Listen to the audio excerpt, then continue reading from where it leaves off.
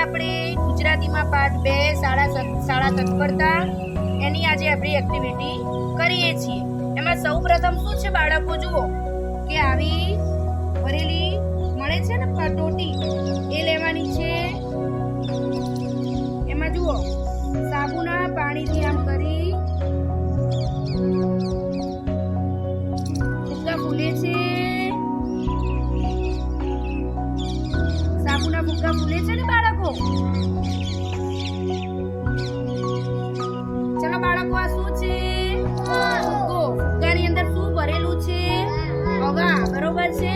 હવે જુઓ હવામાં ઊંચે ઉછળે છે।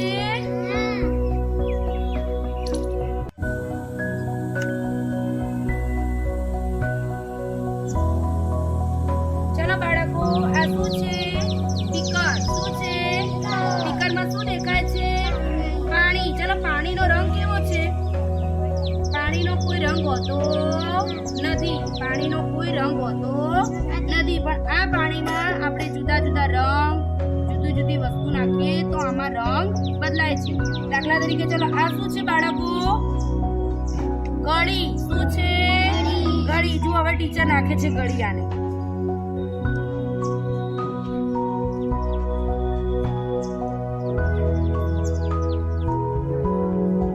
જો ગળી નાખી ચલો ગળીથી રંગ બદલાયો। ગળીથી કેવો રંગ થયો બોલો જાંબલી રંગ થયો। તો હવે પાણીનો રંગ બદલાઈ ગયો। પહેલા લીધું પીકર ત્યારે સફેદ કલરનું મીન્સ કે પાણીનો રંગ નતો એટલે સફેદ કલરનું પાણી લાગતું હતું ને પણ હવે રંગ નાખ્યો ગળી તો આમાં રંગ બદલાઈ ગયો। બાળકો આ શું છે બોલો પાણીનો ગ્લાસ બરોબર છે। આમાં સ્ટ્રોથી જુઓ પરપોટા થાય છે। શું થાય છે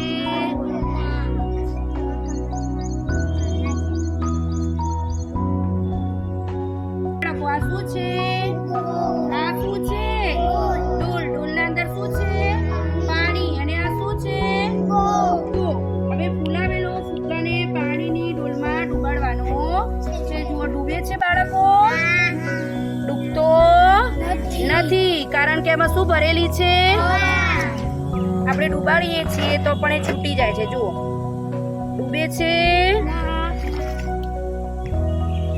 જુઓ બાળકો આ શું છે ગ્લાસ। શું છે આ શેનો ગ્લાસ છે બાળકો સ્ટીલનો। શેનો છે એમાં શું ભરેલું છે પાણી। આ શેનો ગ્લાસ છે એમાં પણ શું ભરેલું છે પાણી। ચલો આ શેનો ગ્લાસ છે પિત્તળ એનો પણ શું ભરેલું છે હવે આ ત્રણેયમાં પાણી ભરેલું છે બરોબર છે। ત્રણેય ગ્લાસ અલગ અલગ છે।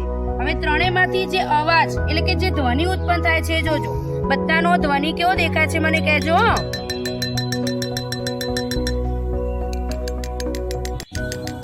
સ્ટીલના ગ્લાસમાં અવાજ વધારે આવ્યો ને જ્યારે કાચના ગ્લાસમાં અવાજ કેવો આવે છે ઓછો। પિત્તળના ગ્લાસમાં